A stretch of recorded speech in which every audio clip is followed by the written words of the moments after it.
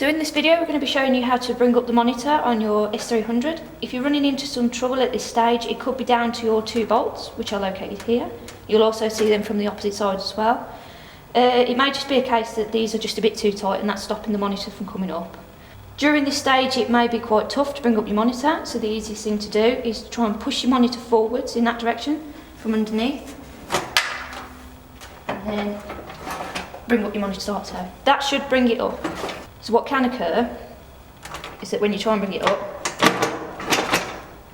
you'll find that you end up doing something like that. It will just mean that these bolts are just a bit too tight, so all you have to do is push it forwards. Make sure you don't catch your wires as well. And once your monitor's in an upright position, then all you have to do is retighten these 2 bolts here with your Allen key.